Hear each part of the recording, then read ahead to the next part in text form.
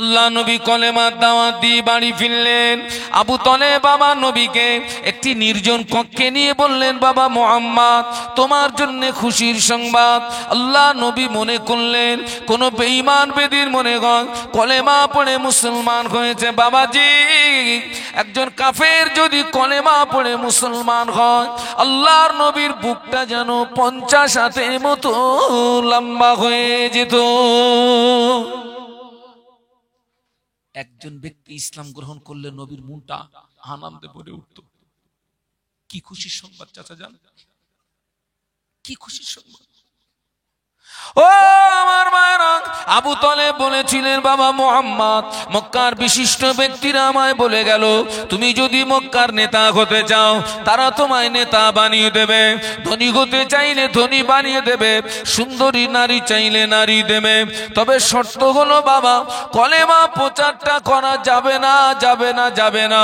আল্লাহ নবী বলেছিলেন, না ও আমার চাচা যান, আপনি ওদেরকে বলে দিন, যদি ওদের দ্বারাতে সম্ভব নয়, ওরা যদি আমার এক হাতে আসমানের চাঁদ এনে দেয়, অপর হাতে যদি আসমানের সূর্য এনে দেয়, এক হাতে আসমানের চাঁদ, অপর হাতে যদি আসমানের সূর্য এনে দেয়, তথাপিও মুহাম্মদ আল্লাহর দিত দায়িত্ব কলেমা প্রচারটা বন্ধ করতে পারবে না। জোরে বলুন। এর নাম নবী, এর নাম কি? ওরা আমারে নেতা বানাবে, ওরা আমারে ধনী বানাবে, ওরা আমারে সুন্দরী নারী দেবে, ও মামুলি ব্যাপার। চাচা আপনি ওদের বলে দেন, যদি ওদের দ্বারাতে সম্ভব নয়, এক হাতে আসমানের চাঁদ, অপর হাতে যদি আসমানের সূর্য এনে দেয়, মুহাম্মদ আল্লাহর দেওয়া দায়িত্ব কলেমা প্রচারটা বন্ধ করতে পারবে না। একটু জোরে বলুন, আর একটু জোরে বলুন। আবু তলেব বলছে, বাবা তুমি যদি তোমার দায়িত্ব থেকে সরে না আসো, তাহলে মনে হয় আজকের থেকে আমি তোমাকে আর মনে নেই জায়গা দিতে পারছি না, কারণ এরপরে তোমাকে জায়গা দিলে বিপদ আমার, কারণ ওরা আমার বিরুদ্ধে জিহাদের মোকাবেলায় নামবে। আমি এই বৃদ্ধা হয়ে গিয়েছি বাবা, আমাকে এই বৃদ্ধা বয়সে তুমি জিহাদের মোকাবেলায় নিয়ে যেও না, আমি পারবো না বাবা, মনে হয় আজকের থেকে আমি তোমাকে আর আশ্রয় দিতে পারছি না। দেখুন, ন্যায় ও সত্যের উপরে দাঁড়িয়ে থাকাটা সহজ না কঠিন? ন্যায় ও সত্যের উপরে দাঁড়িয়ে থাকতে গেলে আপনার পিতা, আপনার মাতা, আপনার স্ত্রী, আপনার ছেলে, আপনার মেয়ে, আপনার পাড়া প্রতিবেশী, বন্ধু বান্ধব সব আপনার থেকে দূরে সরে যেতে পারে। এরপরে যদি আপনি মজবুতির সঙ্গে ন্যায় ও সত্যের উপরে দাঁড়িয়ে থাকতে পারেন, তখন আল্লাহর পক্ষ থেকে আপনার উপরে রহমত নাজিল হবে। আবু তলেব বলছে, মনে হয় আমি তোমাকে আর জায়গা দিতে পারছি না বাবা। আল্লাহ নবী কেঁদে ফেললেন। আল্লাহ নবী কাঁদতে কাঁদতে বলেছিলেন, চাচা যান, আমি মায়ের গর্ভে থাকাকালীন আব্বাকে খানালাম, 6 বছর বয়সে মাকে খানালাম, 8 বছর বয়সে দাদুজিকে খানালাম, সেখান থেকে আপনার তত্ত্বাবধানে ছিলাম। চাচা যান, সারাদিন মক্কার মানুষেরা আমায় কত গালি দেয়, সারাদিন মক্কার মানুষেরা আমায় কত দুধচাই করে। চাচা যান, সারাদিন পরে আমি যখন আপনার কাছে ফিরে আসি, আপনি আমাকে একবার মুহাম্মদ বলে ডাকার সঙ্গে সঙ্গে আমার সারা দিনের কষ্ট নিবারণ হয়ে যায়, সারা দিনের কষ্ট মুছে যায়। চাচা যান, আজকেরই যদি আপনি আমাকে জায়গা না দেন, আশ্রয় না দেন, আমি মুহাম্মদ এটি জানবো, পৃথিবীর জমিনে মুহাম্মাদের পাশে দাঁড়ানোর মতো কেউ নাই, পৃথিবীর জমিনে মুহাম্মাদের চোখের পানি দেখার মতো কেউ নাই, পৃথিবীর জমিনে মুহাম্মাদের আহা বলার মতো কেউ নাই।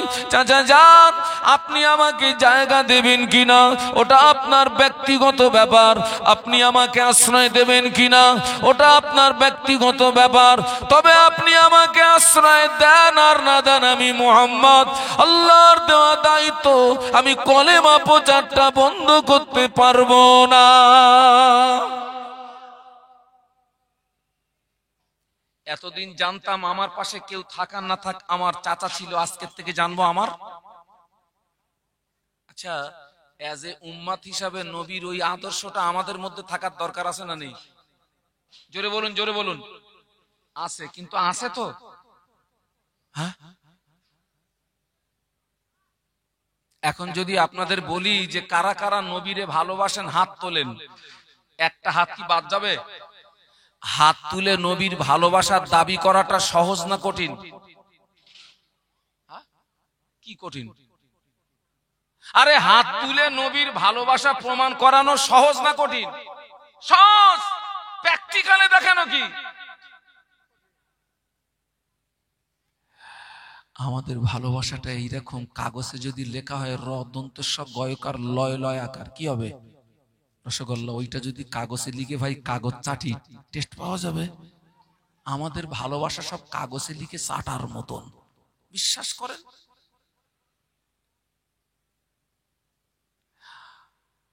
আল্লাহ রসুল সাহেব বললেন, চাচা এতদিন জানতাম কেউ থাকা না থাকা আপনি আছেন, আজকের থেকে জানবো আমার। তবে চাচা কাজ বন্ধ হবে না। একটু সুবহানাল্লাহ বলুন, একটু জোরে বলুন। যতই হোক ভাইপো তো। চাচা ভাইপোর ভিতরে যদি আপনার মনোমালিন্য থাকে, হঠাৎ যদি চাচার কানে সংবাদ আসে যে অমুক জায়গায় আপনার ভাইপোরে মারতেছে, ও চাচা বাড়ি বসে থাকবে না মাল কাঁচা মারবে? হ্যাঁ না, কখনো বসে থাকবে না। কারণ চাচা ভাইপোর একটা আন্তরিক টান থাকে। আবু তলেব কেঁদে ফেলেছে। একটু সুবহানাল্লাহ বলুন। আমার নবীর কথা শুনে আবু তলেব কেঁদে ফেলেছে। আবু তলেব কাঁদতে কাঁদতে বলেছিলেন, ও বাবা মুহাম্মদ, কষ্ট নিও না বাবা, দুঃখ নিও না বাবা, রোনাজারি করো না বাবা, কষ্ট নিও না বাবা, দুঃখ নিও না বাবা, রোনাজারি করো না বাবা। যাও, আমি তোমায় হুকুম দিয়ে দিলাম, যেটায় তোমার ইচ্ছা সেটায় তুমি কলেমা প্রচার করো, যেটায় তোমার ইচ্ছা সেটায় তুমি কলেমার দাওয়াত দাও। আবু তলেব যতদিন পৃথিবীতে জীবিত আছে দেখে নিতে চায় মক্কার কোন শক্তি মুহাম্মদকে ক্ষতি করতে পারে। ওই দিনে বিশ্বনবী কান্না ভরা চোখে হেসে ফেলেছিলেন। বলুন সুবহানাল্লাহ। যাও, আজকে থেকে তোমাকে খোলা অর্ডার দিলাম, যেখানে পারো সেখানে কলেমার দাওয়াত দাও। আবু তলেব যতদিন আছে দেখে নিতে চায় মক্কার কোন শক্তি মুহাম্মদকে ক্ষতি করতে পারে। সুবহানাল্লাহ।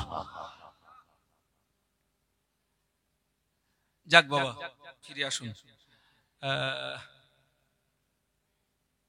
আমি আপনাদেরকে জিজ্ঞাসা করছি, বলুন তো, আল্লাহর নবী মক্কাবাসীদের উপকার করছিলেন না ক্ষতি করছিলেন? জোরে বলুন, জোরে বলুন। উপকার। আচ্ছা, বিনিময়ে কি পেয়েছেন?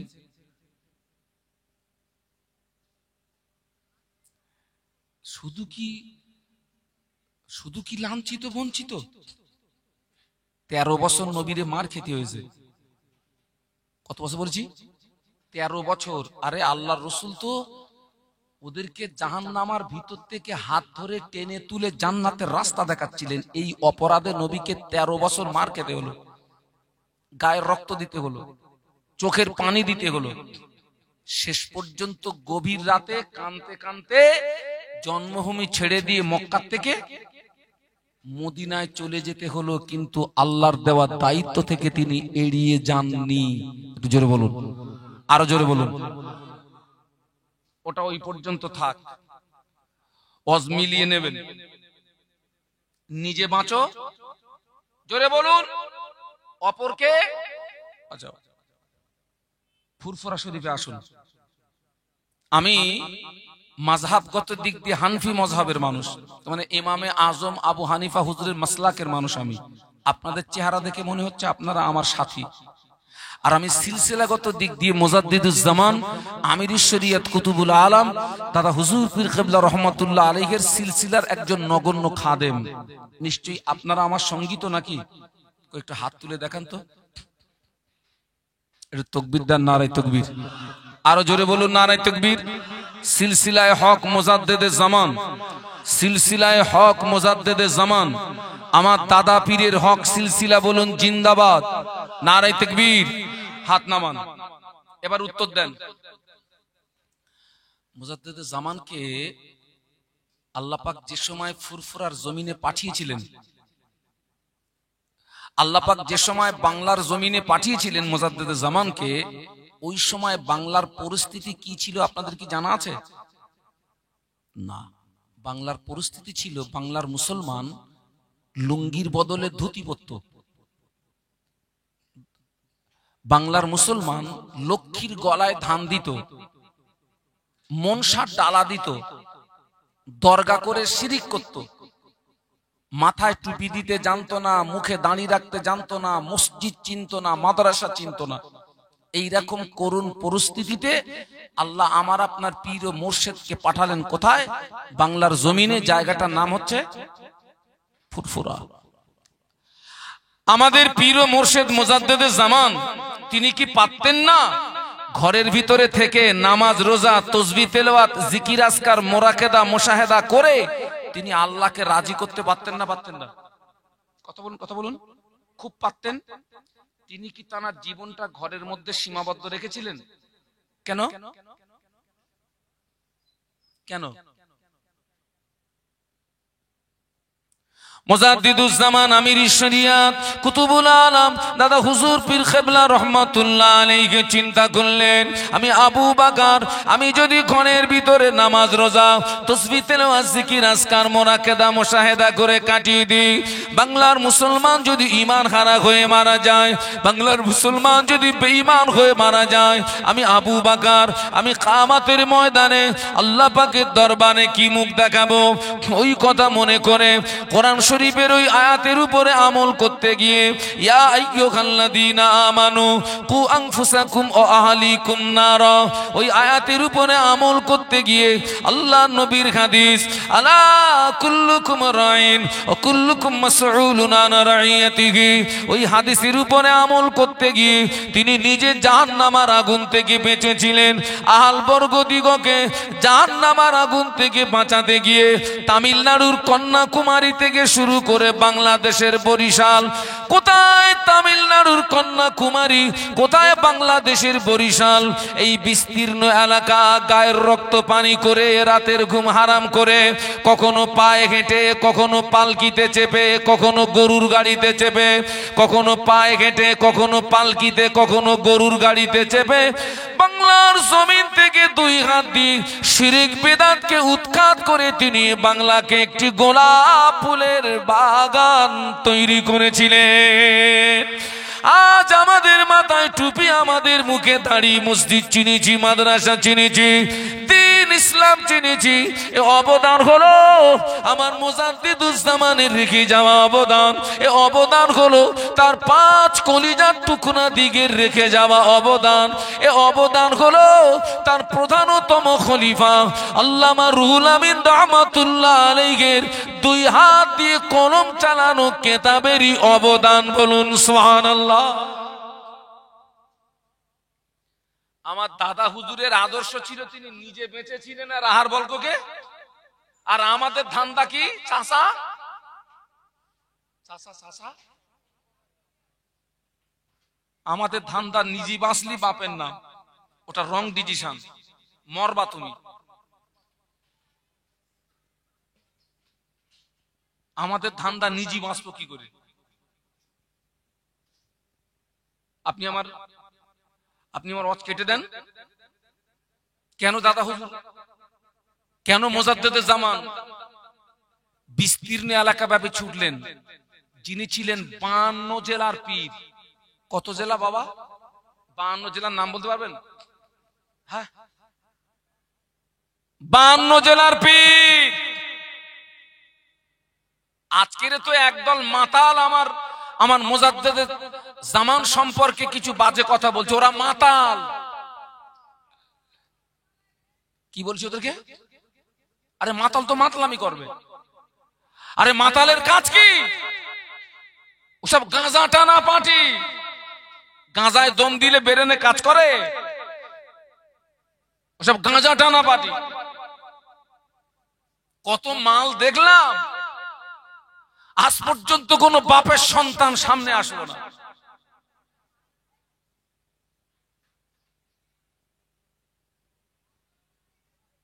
কোথায় তামিলনাড়ু, কোথায় বাংলাদেশের বরিশাল।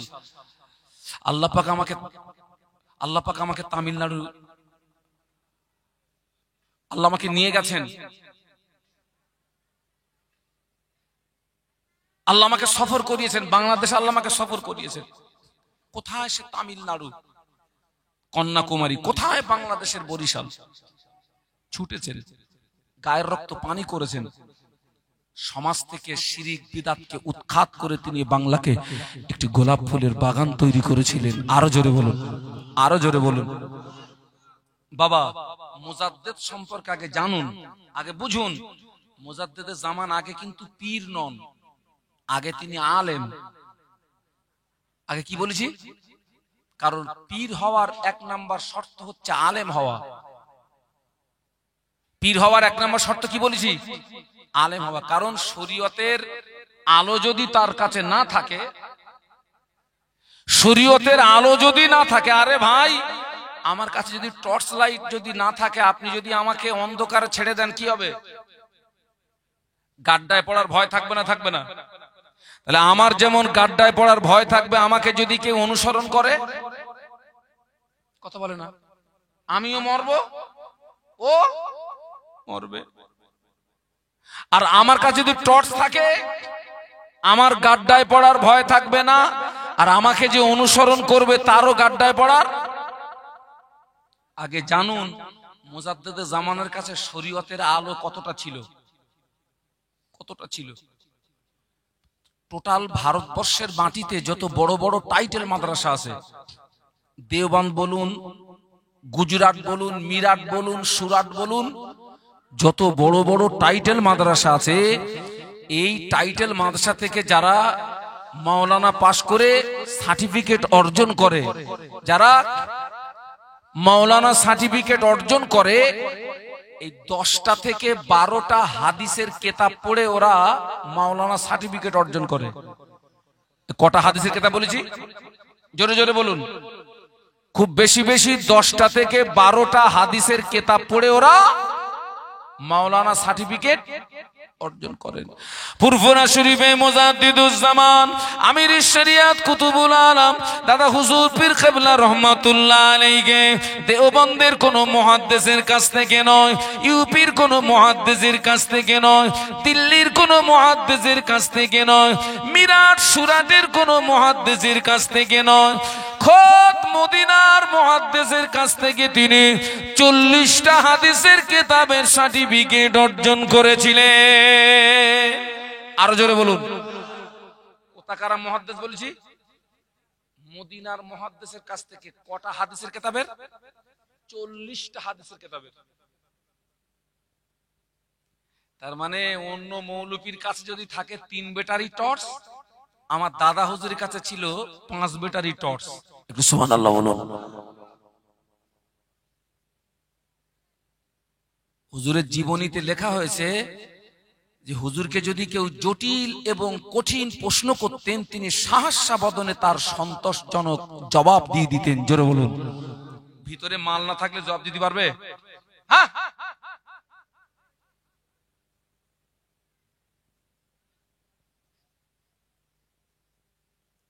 ও আমার বাপ মুজাদ্দিদুজ্জামান আমির শরিয়াত কুতুবুল আলম দাদা হুজুর পীর কেবলা রহমাতুল্লাহ আলাইহি হুজুর বাংলাদেশে হজ করতে গিয়েছেন। যে বাড়িতে হুজুরের দাওয়াত, ওই বাড়িতে হুজুর 3 সাঁঝ খেয়েছেন। খাওয়ার পরে জানতে পারলেন ওই বাড়িওয়ালাটা সুদখোর। জানতে পেরেছেন কখন? একটু জোরে বলেন বাপ। খাওয়ার আপনাদের মনে একটা প্রশ্ন জাগতে পারে যে দাদা হুজুর এত বড় আল্লাহর ওলি, তো সুদির মাল খাচ্ছে, তা আগে জানতে পারেনি কেন? কি বাবা, এরকম একটা প্রশ্ন আসে না? আসে না? আচ্ছা ভাই, নবী বড় না ওলি বড়? তাও এত দেরি হলে জবাব দিতি। নবী বড় না ওলি বড়? আরে নবী আল্লাহ বানিয়ে পাঠান, নবী আল্লাহ পাক, কিন্তু ওলি কিন্তু বানিয়ে পাঠান না। আমাদের নবী বিশ্ব নবী মুহাম্মাদুর রাসূলুল্লাহ সাল্লাল্লাহু আলাইহি ওয়াসাল্লাম, তিনি কি সব বিষয়ের খবর আগাম জানতেন? না না না না না না না। নবীর ক্ষেত্রে যদি ওই হয়, তাহলে ওলিদের ক্ষেত্রে মিসফায়ার হওয়াটা কোনো ঘটনা নয়। হুজুর 3 সাঁঝ খাওয়ার পরে জানতে পেরেছেন বাড়িওয়ালা সুদখোর, হুজুর ডেকেছেন, ডেকে বাড়িওয়ালাকে বললেন, বাবা তোমার সম্পর্কে এরকম একটা কথা শুনেছি বাবা, কথাটা কি ঠিক? তো বাড়িওয়ালার সঙ্গে সঙ্গে সারেন্ডার করলেন, জি হুজুর আপনি যেটা শুনেছেন ঠিকই শুনেছেন হুজুর। মুজাদ্দিদুজ্জামান বলেছিলেন, বাবা বাড়িওয়ালা, ফুরফুরার আবু বকর সুদের মাল গ্রহণ করে না, ফুরফুরার আবু বকর সুদের মাল খায় না, আমি না জেনে খেয়ে ফেলেছি বাবা, আমার খাওয়ার দামটা তোমায় নিতে হবে। আচ্ছা ভাই, দাদা হুজুরে খেতি দিয়ে খাওয়ার দাম নেবে এরকম কোন কপাল ফাটা আছে? তাও কথা বলে না। এই এখন আমি হাজী সাহেবের বাড়ির থেকে 1 কাপ চা খেয়েছি, এখন আমি যদি যাওয়ার সময় যদি হাজী সাহেবের বলি, হাজী সাহেব এই চার দামটা নিতে হবে, আমার মতন খুদে মৌলবীর কাছ থেকে দাম নেবে? তাহলে দাদা হুজুরকে খেতে দিয়ে খাওয়ার দাম নেবে এরকম কোনো কপাল ফাটা আছে? বাড়িওয়ালা বলছে, হুজুর আপনি আমাকে লজ্জা দেবেন না, আমি তওবা করছি আর জীবনে কোনোদিন সুদ খাবো না। এর জোরে বলতে পারলেন না? আরো জোরে বলুন, আরো জোরে বলুন। আমি তওবা করছি আর জীবনে কোনোদিন। আপনাদেরকে একটা ফতোয়া দিতে হবে ভাই, আপনারা বলবেন হুজুর আমরা কি মুফতি নাকি? মুফতি না মানে মুফতির বাপ আপনারা, মুফতি না মানে। এখন যদি কোনো ফতোয়া ফারাজের দরকার হয়, আমি আপনাদেরকে নিষেধ করছি ফুরফুরা শরীফে যাবেন না, এলাকার কোনো মুফতি সাহেবের কাছে যাবেন না। আমি একটা জায়গা বলে দিচ্ছি, ওই বিষয়টা একটা কাগজে লিখে আপনাদের এলাকায় যেখানে সবচেয়ে বড় চার দোকান আছে মাল ডেকে দিয়ে আসবেন ওখানে। আর চার দোকানে মুফতি থাকে না? থাকে না?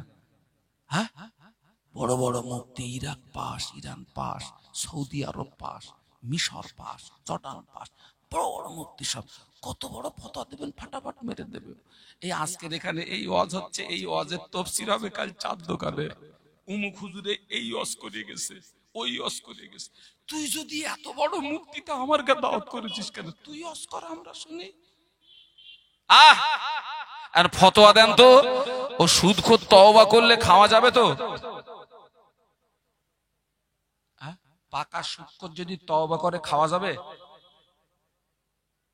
কথা বলে না, কেন যাবে না? হ্যাঁ বললেও ধরবো, না বললেও ধরবো। তওবা করেছে, যাক। একজনের স্বভাব হলো ও জুমার নামাজ পড়তে আসে আর 5 জোড়া করে জুতো চুরি করে। আচ্ছা ভাই, আজও মসজিদে জুতো চুরি হয় না? হয় না? কথা বলে না। কারা করে? হিন্দু? কারা? তাও কথা বলে না। ওরে বলো মুসলমানরা, তাও বলতে পারতেছ না। ও আল্লাহ কোরআনে বলেছেন, ইয়া আইয়ুহাল্লাযীনা আমানু কু আনফুসাকুম ওয়া আহলিকুম নার। মহান আল্লাহ বলেছেন, হে বিশ্বের ঈমানদার সম্প্রদায়, নিজে জাহান্নামার আগুন থেকে বাঁচো এবং তোমার আহালবর্গ দিগকে জাহান্নামার আগুন থেকে বাঁচাও।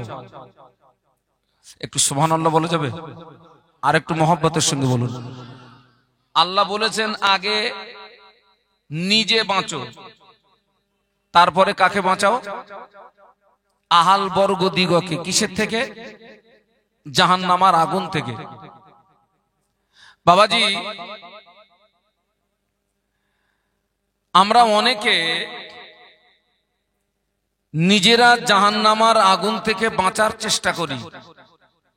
তার মানে আমি 5 ওয়াক্ত নামাজ পড়ি, আমি রমজান শরীফে রোজা রাখি, আমার উপরে হজ ফরজ, আমি হজ করেছি, আমার উপরে যাকাত ফরজ, আমি যাকাত দিই, আমি সুদ খাই না, আমি মদ পান করি না, আমি জেনা ব্যভিচারী করি না, আমি পরের মাল আত্মসাৎ করি না। এক কথায় ভালো কাজগুলো করি আর শরীয়ত বিরোধী কাজ থেকে জীবনকে বাঁচানোর চেষ্টা করি।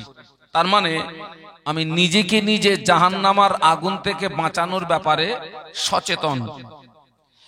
কিন্তু দেখা যায় আমার স্ত্রী নামাজ পড়ে না, ছেলে নামাজ পড়ে না, মেয়ে নামাজ পড়ে না, আমার স্ত্রী পর্দা করে না, আমার শেয়ানা মেয়েটা পর্দা করে না, আমার স্ত্রী সমিতি কি গ্রুপ লোন কি বন্ধন এই জাতীয় অপরাধের সঙ্গে যুক্ত, আমার ছেলেটা দিনের অধিকাংশ সময় তাসের আড্ডায় কাটিয়ে দেয়, তো আমি তাদের নামাজের কথা বলি না, আর তারা যে শরীয়ত বিরোধী কাজের সঙ্গে সম্পর্ক তার আমি প্রতিবাদটুকু করি না। এক কথায় আহাল বর্গ সম্পর্কে আমার কোনো ভূমিকা নেই। আচ্ছা, আপনাদেরকে জিজ্ঞাসা করছি ভাই, আমার মতো ব্যক্তির জন্য জান্নাতে যাওয়াটা সহজ না কঠিন? আমার কথা বুঝতে অসুবিধা হচ্ছে না তো? আমার মতো ব্যক্তির জন্য জান্নাতে যাওয়াটা সহজ না কঠিন? যে উত্তর দিতে হবে। কঠিন। কেন কঠিন? এজন্য কঠিন যে আমি কোরআন শরীফের ওই আয়াতে শরীফার এক অংশের উপরে আমল করেছি, অপর অংশকে পরিত্যাগ করেছি। আল্লাহ বলেছেন নিজে বাঁচো আর আহাল বর্গকে।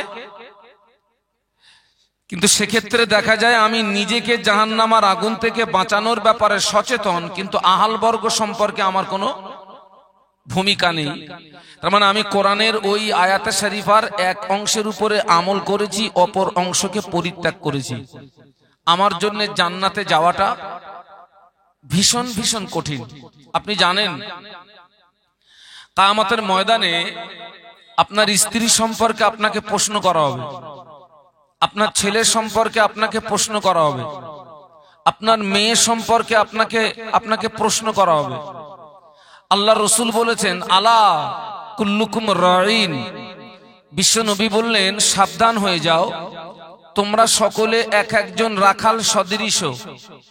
অকুল্লুকুম মাসউলুন আন রাইয়াতিহি, বিশ্বনবী বললেন ওই রাখালের অধীনস্থ যারা, কিয়ামতের ময়দানে তাদের ব্যাপারে জবাবদিহি করা লাগবে। আল্লাহ রসুলের এই হাদিসের ব্যাখ্যা হলো, রসুল যে বলেছেন তোমরা সকলে এক একজন রাখাল, এই হাদিসের ব্যাখ্যা হচ্ছে আমি এখানে যতক্ষণ বক্তৃতা রাখবো আমি আপনাদের রাখাল। আমার এখন দায়িত্ব কি? আমার দায়িত্ব হচ্ছে তা'মুরুনা বিল মা'রুফি ওয়া তানহাউনা আনিল মুনকার। আমার দায়িত্ব হচ্ছে সৎ কাজের আদেশ করতে হবে, ঠিক তার পাশাপাশি আমাকে অসৎ কাজের নিষেধ করতে হবে। এটা হচ্ছে আমার দায়িত্ব। কিন্তু এখন আমি খুব চিন্তায় পড়ে গেছি ভাই, আমি যখনই অসৎ কাজের নিষেধ করতে যাব আমার বক্তৃতা কারো না কারোর গায়ে লাগবে না লাগবে না? যে আরে আমি যদি বেনামাজির বিরুদ্ধে ওয়াজ করি আর ও আসামি যদি কেউ থাকে ওর গায়ে লাগবে না লাগবে না? আমি যদি মাতালের বিরুদ্ধে ওয়াজ করি আর মাইকের রেঞ্জের ভিতরে ওই আসামি যদি কেউ থাকে ওর ঘাড়ে দুপুরি বাস পড়বে না পড়বে না? এখন আমি চিন্তা করছি বাবা, অন্যায়ের যদি প্রতিবাদ করতে যাই কাল লাগবে, বাবা দরকার নেই, এমনি প্লেন ওয়াজ করব। ওই যে একটা মাছ আছে কাদার ভিতর দিয়ে যায় কিন্তু ভদ্রলোকের গায়ে কাদা লাগে না, নাম কি? পাকাল। এখন আমি যদি পাকাল সাজি যে এমন ওয়াজ করব যেন কারোর গায়ে না লাগে, আমার কি দায়িত্ব পালন করা হবে? কথা বলুন না। তাহলে আমাকে কোরআন হাদিস ইজমা কিয়াস শরীয়তের মাপকাঠিতে আলোচনা রাখতে হবে। আমার আলোচনা কার গায়ে লাগবে এটা আমার দেখার দায়িত্ব নয়, এটাই হচ্ছে আমার দায়িত্ব। আমি যেমন আপনাদের রাখাল, আমার দিকে তাকান, আমি যেমন আপনাদের রাখাল, এই গ্রামের মেম্বার যিনি তিনি হলেন এই গ্রামের জনগণের রাখাল। আর একজন মেম্বারের উপরে দায়িত্ব থাকে না থাকে না? অনেক দায়িত্ব থাকে। তো আমি যেমন আপনাদের রাখাল, এই গ্রামের মেম্বার যিনি তিনি হলেন এই গ্রামের জনগণের রাখাল। স্কুলের মাস্টার যিনি তিনি হলেন ওই স্কুলের ছাত্র ছাত্রীদিগের রাখাল। আর বাড়ির গার্জিয়ান যিনি তিনি হলেন ওই বাড়ির সদস্যদের কথা বলুন রাখাল। আপনি বিশ্বাস করুন, লক্ষ লক্ষ টাকা খরচ করে মাহফিল দিয়ে সমাজ যত না উপকৃত হবে, আমরা যদি রাখাল হিসাবে সক্রিয় ভূমিকা নিয়ে নিজ নিজ দায়িত্বগুলো পালন করতে পারি, লক্ষ টাকা খরচ করে মাহফিল দেওয়ার তুলনায় সমাজ আরো বেশি উপকৃত হবে। একটু সুবহানাল্লাহ বলা যাবে? আর একটু মহব্বতের সঙ্গে বলুন। তবে আপনারা জানুন, ওয়াজ এবং নসিহত হচ্ছে পানা পুকুরে ঢিল মারার সমতুল্য। আপনি মনে করুন এটা একটা পানা পুকুর, এখন আমি 2 ঘন্টার হুজুর, আমি এই পানা পুকুরে আমি 2 ঘন্টা ঢিল মারবো। ঢিল যতক্ষণ পর্যন্ত পড়বে, যেখানে ঢিল পড়ে ওই জায়গাটায় কি হয়, ফাঁকা হয়ে যায়, পানা দূরে সরে যায়। এই ঢিল মারা যখনই বন্ধ হবে, আমি 2 ঘন্টা ঢিল মারার পরে হুজুর কেবলা আসবেন, তিনিও মনে করুন 2 ঘন্টা ঢিল মারবেন। এই 2 আর 2 4, আর আপনাদের ইমাম সাহেব কিছুক্ষণ মেরেছেন, এখন টোটালে ধরেন 4.5 ঘন্টা এখানে ঢিল মারা হবে। এই 4.5 ঘন্টার ভিতরে এই জায়গাটায় পানা আসতে পারছে না। এই 4.5 ঘন্টার পরে যখন আখিরি মোনাজাত হবে, অটোমেটিক ঢিল মারা কি হবে, জোরে বলুন, জোরে বলুন, বন্ধ হবে। আল্লাহ বলেছেন নিজে বাঁচো অপরকে বাঁচাও, আর আমি বলেছি আমরা সকলে এক একজন কি, রাখাল রাখাল রাখাল। আচ্ছা ভাই, কোরআনের উপরে আমল করবে কি শুধু মসজিদের ইমাম হুজুর আর মুফতি সাহেব আর কারি সাহেব, না কোরআনের উপরে আমল করতে হবে আমাদের প্রত্যেকেরই? জোরে জোরে বলুন, প্রত্যেকের। তাহলে ঢিল মারার দায়িত্ব কি শুধু মসজিদের ইমাম আর হুজুর আর আপনার মুফতি সাহেবের, না ঢিল মারার দায়িত্ব আমাদের সকলের? সকলের। এই অধিকাংশ জনগণ এই ঢিল মারার দায়িত্ব পালন করেন না বলেই সমাজের এই পদস্খলন। আমার কথা বুঝতে পারছেন? আমাদের রাখাল হিসাবে যদি আমরা সক্রিয় ভূমিকা নিয়ে নিজ নিজ দায়িত্বগুলো পালন করতে পারতাম, তবে হ্যাঁ, এই দায়িত্ব পালন করতে হবে ঠিকই, তবে এই দায়িত্বটা যার উপরে অর্পণ করা হবে, দায়িত্বটা যাকে দেওয়া হবে, তাকে আগে যাচাই করার দরকার তিনি দায়িত্ব পালন করার যোগ্যতা রাখেন কিনা।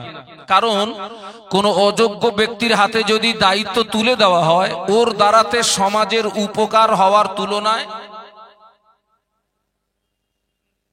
ক্ষতি হবে বেশি। ভাই, আমি একবারও বলবো না যে সমাজের যোগ্য ব্যক্তির হাতে দায়িত্ব নেই, আমি একবারও বলবো না, আছে। তবে ঘুরিয়ে বলবো, প্রতিটি স্তরে স্তরে, বক্তা সমাজ বলুন, রাজনীতি সমাজ বলুন, মাস্টার সমাজ বলুন, আর ডাক্তার সমাজ বলুন, প্রতিটি স্তরে স্তরে যোগ্য ব্যক্তির তুলনায় অযোগ্য ব্যক্তির হাতে দায়িত্ব উঠে যাওয়ার কারণে সমাজ পদস্খলন হওয়ার আর একটা কারণ। আপনারা মানেন না? মানেন না? প্রতিটি স্তরে স্তরে আপনি লক্ষ্য করুন, যোগ্য ব্যক্তির তুলনায় দায়িত্বটা বেশি উঠে গেছে কাদের হাতে? অযোগ্যদের হাতে। ভাই, অযোগ্য ব্যক্তির হাতে দায়িত্ব উঠে গেলে সমাজের কি ক্ষতি হতে পারে? আমি ছোট্ট একটা দৃষ্টান্ত দিচ্ছি। আমি যে এখানে বক্তব্য রাখতে আসছি, এই বক্তব্য রাখতে গিয়ে আমাকে 11 বছর মাদ্রাসায় পড়াশোনা করতে হয়েছে। কত বছর বলেছি? 11 বছর মাদ্রাসায় পাশা ঘেঁষড়িয়ে পাতলা ডাল খেয়ে, যে ডাল খেতাম ওই ডাল দিয়ে পেয়ালা ধুতাম, তারপরে গোস্তর মুখ দেখেছি। এখন তো কমিটির ছেলেরা অনেক কিছু খাওয়াচ্ছে, হুজুর খান হুজুর খান হুজুর খান। 11 বছর মাদ্রাসায় পাশা ঘেঁষড়িয়ে পাতলা ডাল খেয়ে টাইটেল পাশ করে তারপরে কিঞ্চিত অজ করার যোগ্যতা অর্জন করেছি। আমি কিন্তু বিশাল বড় পণ্ডিত না ভাই। তো আজকের এই আমি গাজীপুরে এসেছি, স্টেজ থেকে নামার পরে কমিটির ছেলেরা বলছে, হুজুর আপনাকে বাড়ি যেতে দেবো না। কেন বাবু? তো বলছে, হুজুর আপনার সঙ্গে কিছু কথা আছে, কথাগুলো এখন বলবো না, কথা যা হবে ফজরের নামাজের পরে। তো আমি থেকে গেলাম, ফজরের নামাজ আপনাদের ইমামের পিছনে বা জামাত আদায় করলাম। নামাজ পড়ে বলছি, বাবা কি বলবি বল, আমি বাড়ি যাবো বাপ। তা বলতেছে, হুজুর একটু মাঠের দিকে চলেন। আমি বললাম, মাঠে কি? বললো, হুজুর আসলে বুঝতে পারবেন।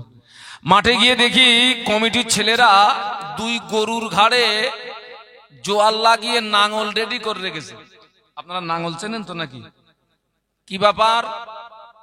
তো বলতেছে, হুজুর আমরা শুনেছি আপনি 2 বার হজ করেছেন, আপনি হাজী সাহেব মানুষ, আপনি আলেম মানুষ, আবার আপনি দীর্ঘদিন অসুস্থ ব্যক্তির দোয়া কবুল হয়।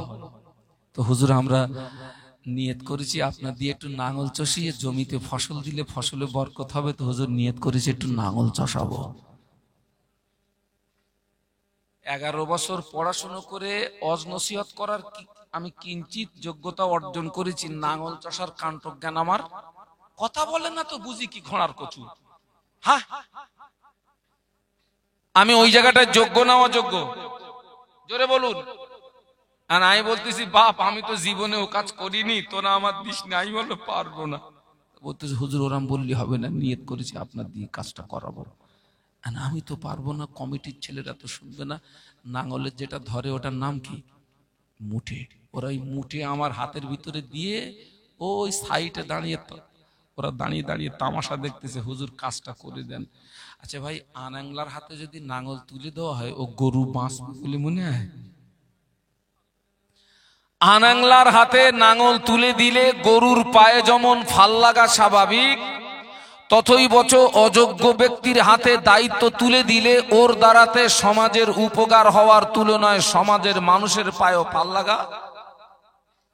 আরে আমার যদি ওয়াজ করার কাণ্ঠজ্ঞান না থাকে, কোরআন হাদিসের যদি কাণ্ঠজ্ঞান না থাকে আমার, আমি তো উদর পিণ্ডি বুদর ঘাড়ে লাগিয়ে আম গাছের ছাল জাম গাছে লাগিয়ে আপনাদের ইমানে ফাল মেরে বাড়ি যাবো।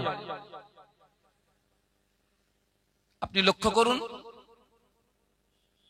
আজকের সারা পৃথিবী দিকে আপনি লক্ষ্য করে দেখুন, যোগ্য ব্যক্তির তুলনায় দায়িত্বটা বেশি উঠে গেছে অযোগ্য ব্যক্তিদের হাতে, যার কারণে সমাজের এই করুণ পরিস্থিতি।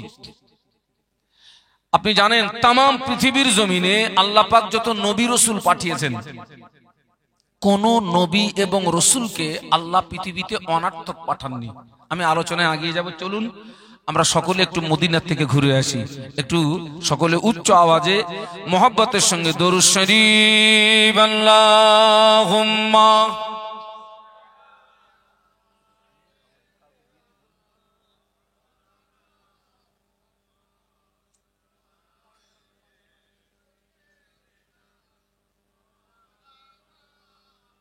বাবা বাবা, আমরা এতগুলো মানুষ, আরেকটা আওয়াজ বাড়ানো যায়? আর একটু মোহাব্বতের সঙ্গে আল্লাহুম্মা সাল্লি আলা।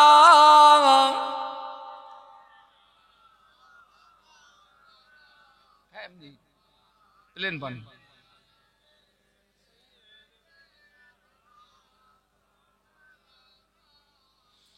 इन हवाओं से कह दूं ना आए इधर, मुझको खुशबू की कोई जरूरत नहीं,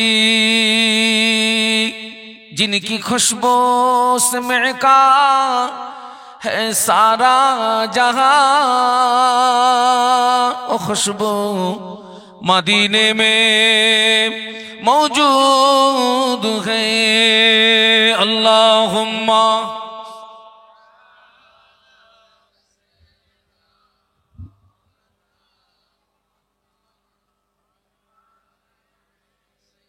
माशाल्लाह। मेरे आंखों की पुतली में जलवा मोहम्मद का,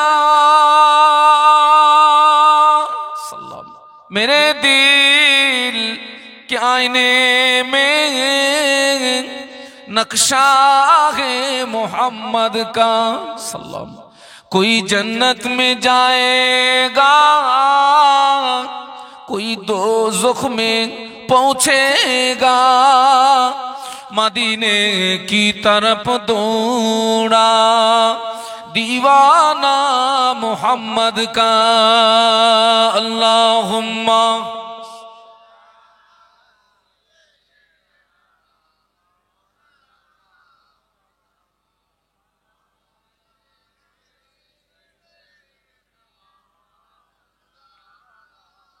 সকলে একটু জবান খুলে বলুন আল্লাহু আকবার। আর একটু মোহাব্বতের সঙ্গে বলুন। তাম পৃথিবীর জমিনে আল্লাহ পাক যত নবী রসুল পাঠিয়েছেন, কোন নবী এবং রসুলকে আল্লাহ পৃথিবীতে অনার্থক পাঠাননি। প্রত্যেকটা নবী এবং রসুলের উপরে আল্লাহ দায়িত্ব দিয়ে পাঠিয়েছেন। আচ্ছা, নবীদের দায়িত্ব কি? নবীদের দায়িত্ব হলো আল্লাহ পাক যে যুগে যে নবীকে পাঠিয়েছেন, সেই নবীর এক নাম্বার দায়িত্ব হচ্ছে সেই যুগের মানুষের কাছে আল্লাহ পাকের একাত্মবাদের দাওয়াত পৌঁছানো। আর এই দায়িত্ব পালন করতে গিয়ে প্রত্যেকটা নবীকে তার কওমের মানুষের কাছে, প্রত্যেকটা নবীকে তার কওমের মানুষের কাছে অনেক সমালোচনার সম্মুখীন হতে হয়েছে এবং অনেক নবীকে তার কওমের মানুষের কাছে মারো। কিন্তু তারপরেও কি আল্লাহর নবী রাসূলগণ আল্লাহ দিত দায়িত্ব থেকে দূরে সরে গিয়েছিলেন? না, আমাদের নবী হচ্ছেন শেষ নবী। আমাদের নবী, আল্লাহ রাসূল বলেছেন আনা খাতামুন নবিয়িনা লা নবিয়্যা বাদি, আমি শেষ নবী, আমার পরে আর কোন নবী হবে না। তবে যদি আমার পরে কেউ নবী হতো লাকানা ওমরুন নবিয়ান, আমার পরে যদি কেউ নবী হতো, আমি রাসূল বলছি ওমর নবী হতো। তো ছাড়ুন, আমাদের নবীর পরে আর কোন নবী আসবে না। আল্লাহ পাক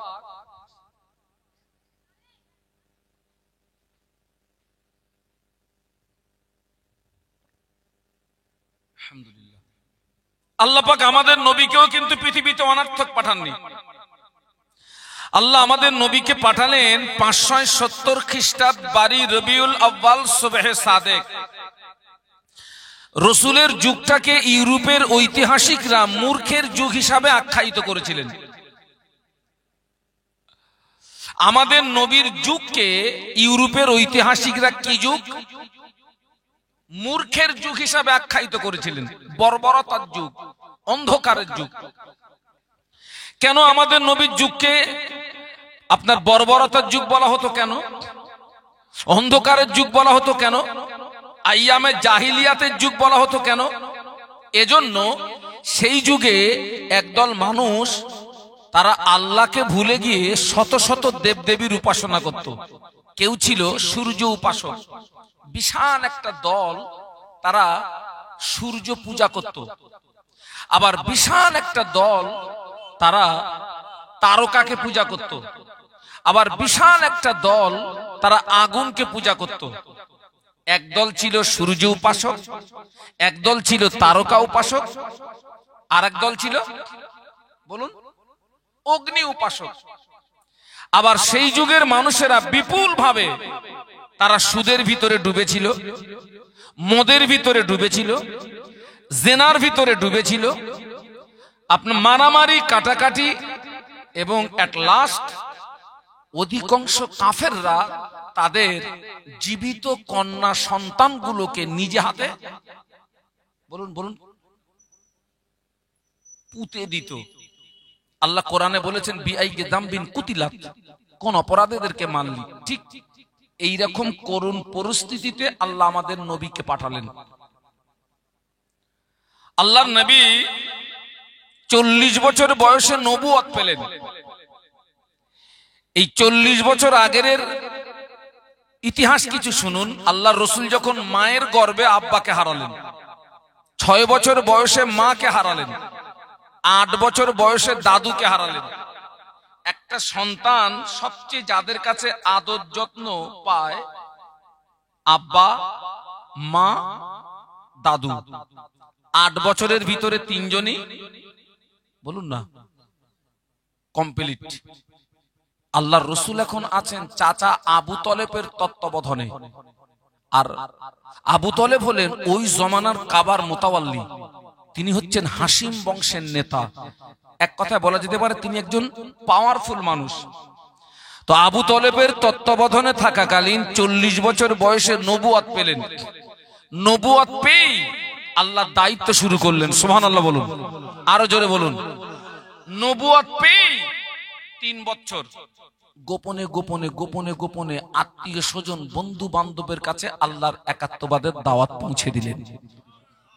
একটু মহব্বতে বলুন। 3 বছর গোপনে গোপনে। 3 বছর পরে এবারে আল্লাহ রাসূল প্রকাশ্য ময়দানে নামছেন। আমি কিতাবের নাম বলছি, আপনি লিখে রাখুন। সিরাতুন নবী, আল্লামা শিবলি নোমানী রহমাতুল্লাহ আলাইহির লেখা। আল্লাহ রাসূল 3 বছর পরে প্রকাশ্য ময়দানে নামলেন। আল্লাহ নবী 3 বছর পরে প্রকাশ্য দাওয়াত দিলেন। মক্কাবাসী পড়ে নাও লা ইলাহা ইল্লাল্লাহ মুহাম্মাদুর রাসূলুল্লাহ। আচ্ছা, এই লা ইলাহা ইল্লাল্লাহ মুহাম্মাদুর রাসূলুল্লাহ এর বাংলা মানে একজন বলুন তো একটু, একজন।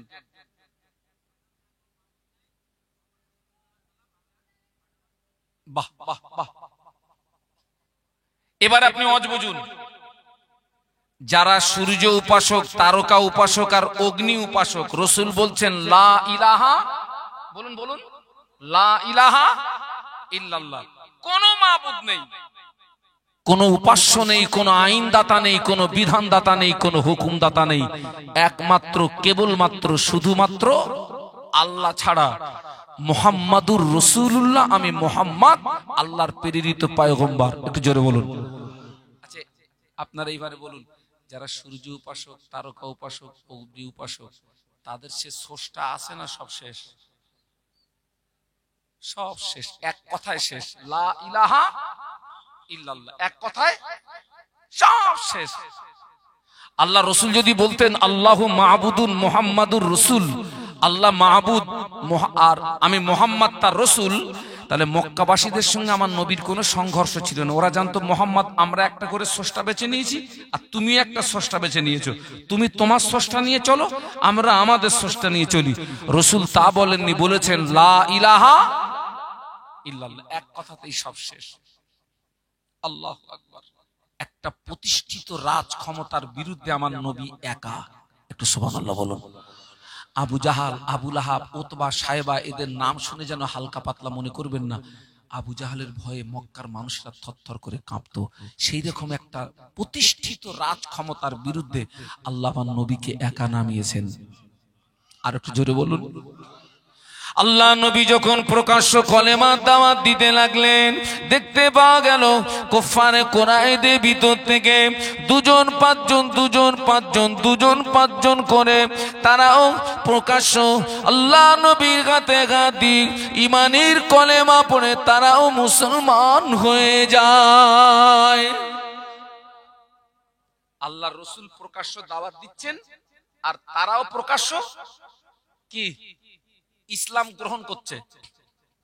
আচ্ছা, এই দৃশ্যটা দেখে আবু জাহাল, আবু লাহাব, উতবা, সায়বা, ওদের কি আনন্দ হবে না রাগ হবে? কি রাম রাগ হবে বলে মনে হয়? আরে আমরা কিন্তু অনেক সময় বলি, দেখ তুই যে কথা বলতিস, আমার বলো পার রক্ত মাথা উঠে যাচ্ছে, বলো এরকম হয় না? হয় না? ওদের পুরো গাত্রদাহ শুরু হয়ে গেছে যে মুহাম্মদ যেভাবে নতুন ধর্ম প্রচার করছে, আর আমাদের দলীয় মানুষ যেভাবে মুহাম্মাদের দলে যোগ দিচ্ছে, আমরা যদি মুহাম্মাদের কাজের গতি না রুখি, ভবিষ্যতে এমন একটা দিন আসবে যেদিন আমাদের আর কোনো অস্তিত্ব। অতএব যে কোনো প্রসেসে মুহাম্মাদের কাজের এই গতিটা রুখতে হবে আমাদের, যে কোনো ভাবে। বলুন তো, আল্লাহ রসুলের দুনিয়াবি দিক দিয়ে গার্জেন এখন কে? চাচা আবু তলেব। আল্লাহ রসুল কলেমা প্রচারে বেরিয়ে পড়েছেন। একটু সুবহানাল্লাহ বলুন, একটু মহব্বতে বলুন।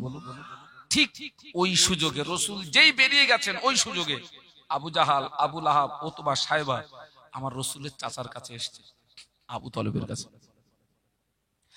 আবু তলেবকে এসে বলে, আবু তলেব তুমি তোমার ভাইপোকে বলো, তোমার ভাইপো যদি মক্কার নেতা হতে চায়, আমরা তাকে নেতা বানিয়ে দেব। তোমার ভাইপো যদি মক্কার সবচেয়ে বড় ধনী হতে চায়, আমরা তাকে ধনী বানিয়ে দেব। তোমার ভাইপো যদি মক্কার সবচেয়ে সুন্দরী নারী পেতে চায়, আমরা তাকে সুন্দরী নারীটাও দিয়ে দেব। তবে আমাদের শর্ত হলো একটি, কলেমা প্রচারটা যেন না করে। ওরা দেবে কটা? এতো অস্ত বোঝে না তো। ওরা দেবে কটা?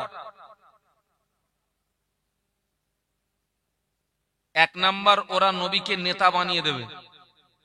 2 নাম্বার, ওরা নবীকে ধনী বানিয়ে দেবে। আর 3 নাম্বার, মক্কার সবচেয়ে সুন্দরী নারীটাও বিনিময়ে ওরা চাচ্ছে কটা? একটা। আল্লাহর রাসূল কাঁধ দেওয়ার দায়িত্ব পালন করছিলেন। এই সকলের তাকবীর দেন তো, নারায়ে তাকবীর। এই আরো জোরে বলেন নারায়ে তাকবীর, জোরে বলুন নারায়ে তাকবীর। আওলাদে মুজাদ্দেদে জামান, শ্রদ্ধাভাজন হুজুর কিবলা, শ্রদ্ধাভাজন হুজুর কিবলা, শ্রদ্ধাভাজন হুজুর কিবলা। নারায়ে তাকবীর, নারায়ে তাকবীর। সকলে বলুন আলহামদুলিল্লাহ। আর একটু মহব্বতে বলুন। খুশির সংবাদ শুনলে কি বলতে হয়? আলহামদুলিল্লাহর বাংলা মানে কি? দাঁড়ান হুজুর, আপনি বলবেন না, এই না বলতে পারলে লস করব না। আলহামদুলিল্লাহর বাংলা মানে কি?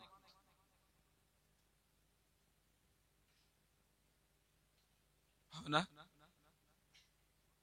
হ্যাঁ, সারা জীবন শুনেছেন আলহামদুলিল্লাহ বাংলা মানে জানেন না? খোকা তুমি কি বলতে পারবা? খোকা না বলতে পারলে আমি তো অস করতে পারবো না।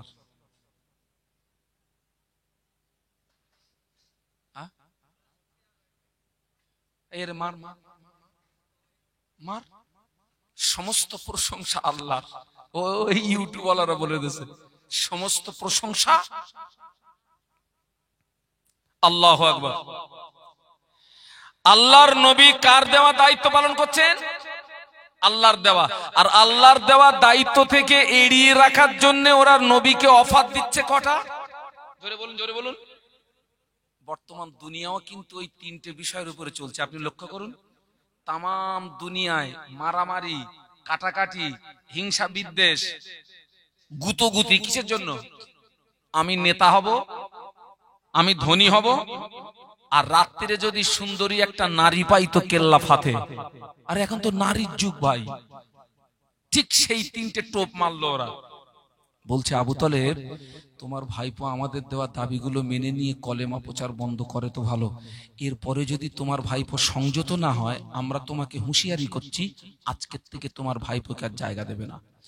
আর এরপরেও যদি তুমি তোমার ভাইপোকে জায়গা দাও তাহলে আমরা তোমার বিরুদ্ধে জিহাদের মোকাবেলায় নামতে বাধ্য হব, আমরা কিন্তু তোমার বিরুদ্ধে যুদ্ধ ঘোষণা করব।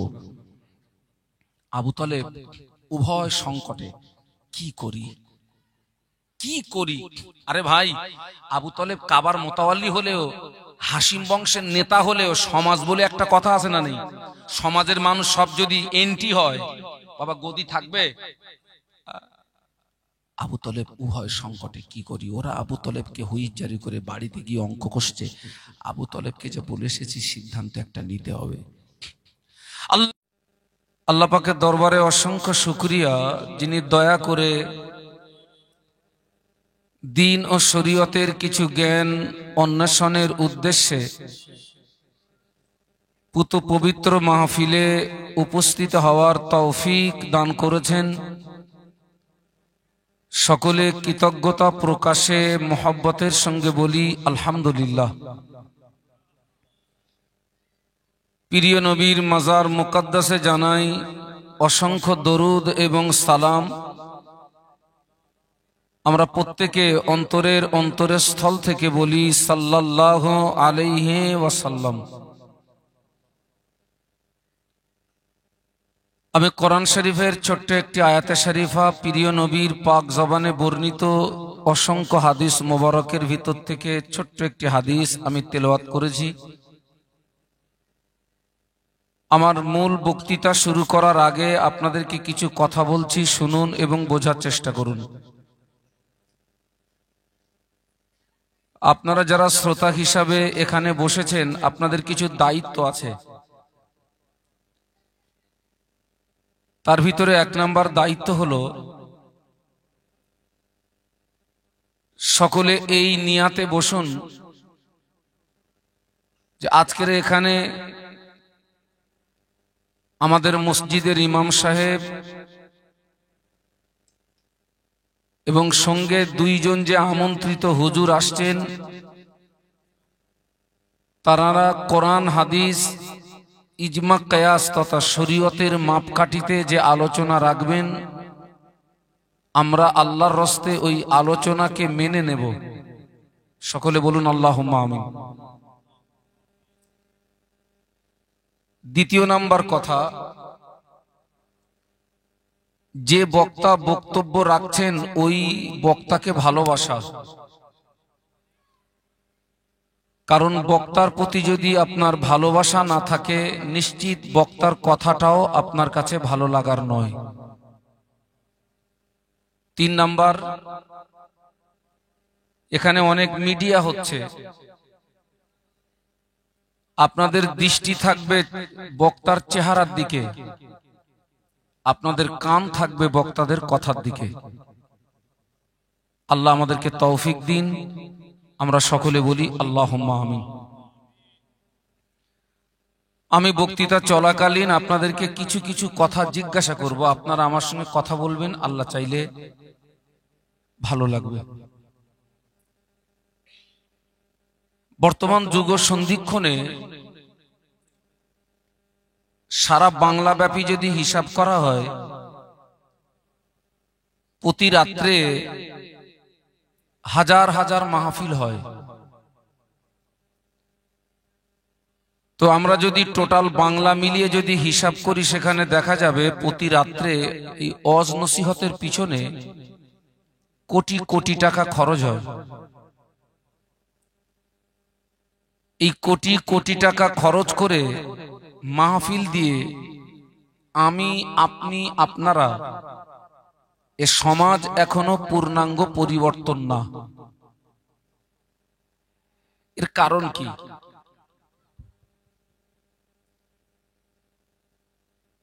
আমাদেরকে একটু সমীক্ষা করতে হবে। আমরা যদি এখান থেকে 20 বছর কি 25 বছর যদি পিছিয়ে যাই, এখান থেকে 20 বছর, 25 বছর, 30 বছর আগে এত ওয়াজ মাহফিল হতো না। এবং এখান থেকে 20 বছর, 25 বছর, 30 বছর আগে এত হুজুরও পাওয়া যেত না। আমি কি বাস্তব বলছি না বাস্তব বলছি? আপনার সে সময় বক্তার সংখ্যা ছিল কম, মাহফিলের সংখ্যা ছিল কম, কিন্তু সেই সময়ে গুটি কতক আলেমের দ্বারাতে সমাজের মানুষ যত উপকৃত হয়েছিলেন, সমাজের মানুষ যত হেদায়েত পেয়েছিলেন, আজকের হাজারো মাহফিল, হাজারো বক্তা বক্তৃতা রাখার পরে সমাজের মানুষ সেই উপকৃত হচ্ছে না। এর মূল কারণ কি? দেখুন, আমি আমার হায়াতে জিন্দেগিতে আমার নিজের শারীরিক অসুস্থতার জন্য আমি একবার গিয়েছি চেন্নাই অ্যাপোলো হসপিটাল, আর 4 বার গিয়েছি সিএমসি খ্রিস্টান মেডিকেল কলেজ ভেলোর, আর কয়েকবার গিয়েছি AIG Asian institute of gastrology Hyderabad. এই সমস্ত বড় বড় হসপিটালে আমি চিকিৎসার জন্য গিয়ে আমার জীবনে বড় একটা অভিজ্ঞতা হয়েছে। সেই অভিজ্ঞতা হলো, আমাদের দেশীয় ডাক্তারদের ট্রিটমেন্টের পদ্ধতি আর এই যে সমস্ত হসপিটালের নামগুলো বললাম, এই সমস্ত হসপিটালের ডাক্তারদের ট্রিটমেন্টের পদ্ধতি এক নয়, আলাদা। কিরকম? মনে করুন আপনার পেটের ভিতরে যন্ত্রণা হচ্ছে, তো আপনি আপনার এলাকার ডাক্তারের কাছে যাবেন, আপনি গিয়ে বলবেন যে স্যার আমার পেটের ভিতরে যন্ত্রণা হয়। উনি আপনার কথাগুলো শুনবেন, কথা বলা শেষ হবে, উনি কিন্তু প্রেসক্রিপশন শুরু করবেন, ওষুধ লিখে দেবেন, এই ওষুধগুলো আপনি খান। কিন্তু এই একই কথা আপনি চেন্নাই অ্যাপোলো হসপিটাল বলুন, ভেলোর হসপিটাল বলুন, কি আপনি হায়দ্রাবাদ আমি যে হসপিটালের নাম বললাম, আপনি সেখানে যাবেন, এই একই কথা বলবেন, আপনাকে 1 টাকারও ওষুধ দেবে না।